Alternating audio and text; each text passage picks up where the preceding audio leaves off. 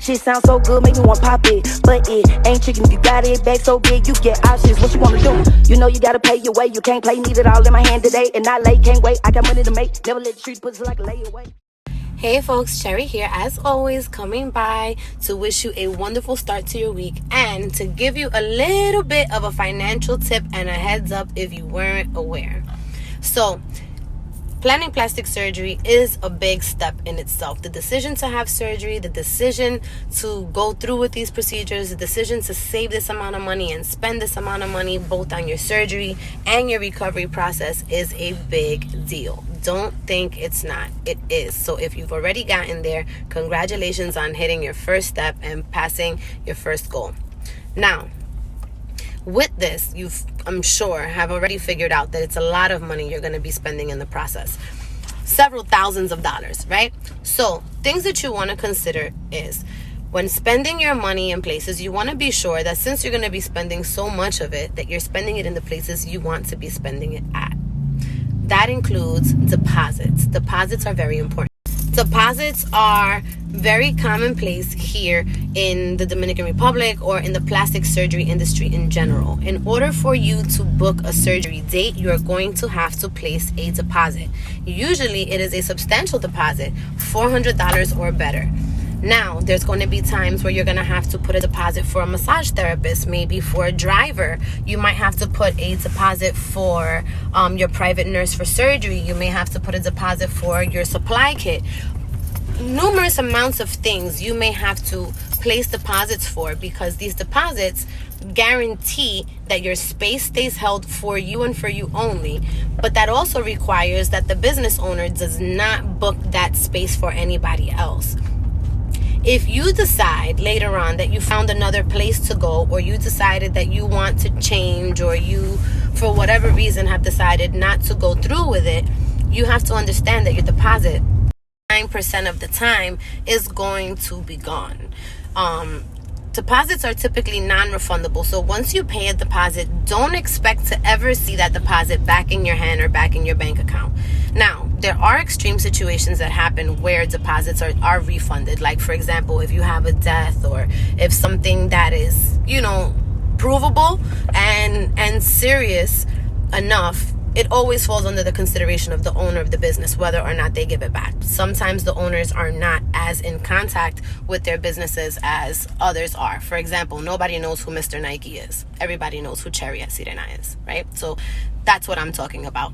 Now, you may or may not get your money back when it comes to something like that. Otherwise, you will always have the option of rescheduling. Rescheduling usually works within a certain time frame. So let's say that you have a deposit for surgery or for recovery house. Typically, you're able to reschedule within 12 months. So 12 months. Let's say that you didn't cancel at all. You just didn't show up.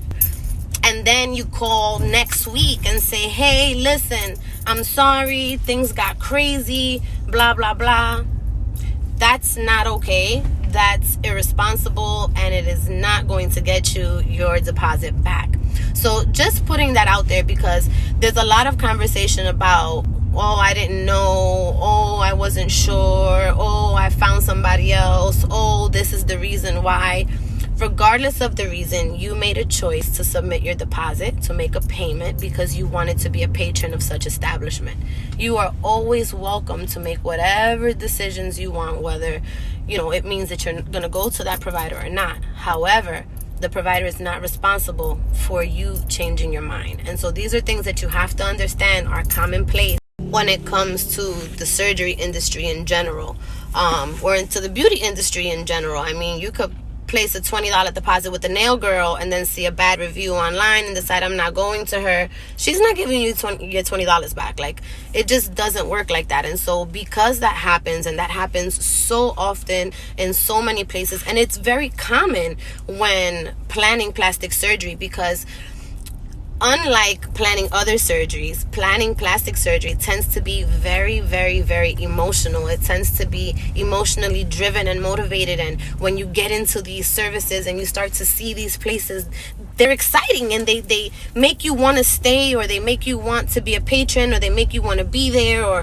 whatever the case is. And so you start throwing your money all over the place. And I really urge you to be better informed, to make sure that you're making the right decisions, that you're making sure that you feel comfortable and secure, and that you also are careful about what you see on the internet, what you believe, what you see, what you hear, what you read.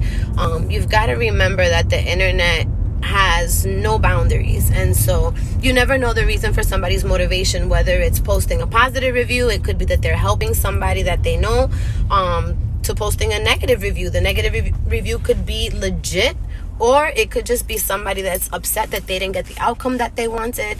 Remember that a lot happens in 14 days when people come and stay and are under lots of medication, are away from home. There's a lot of different things. And so I would urge you to always do your research, talk to different people, see how you feel, get references for places, and try to make yourself feel secure based on your own needs. And if you have any questions, reach out to your service provider to make sure that you're going to get the level of care that you need. Okay? And so with that, I'm going to leave you. I mean, my point of this video was to encourage you to make good and informed decisions, to remind you that this process is expensive, not to throw your money left, right, and center without being sure that that's where you want to spend your money.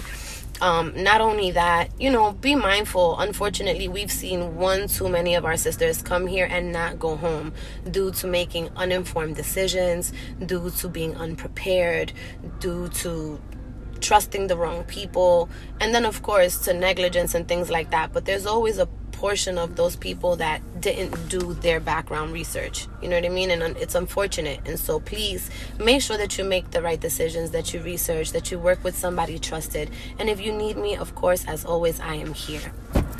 Oh, and don't forget to like and subscribe to the channel. Share our content. I mean, you can help somebody else save some money, help somebody else make better decisions.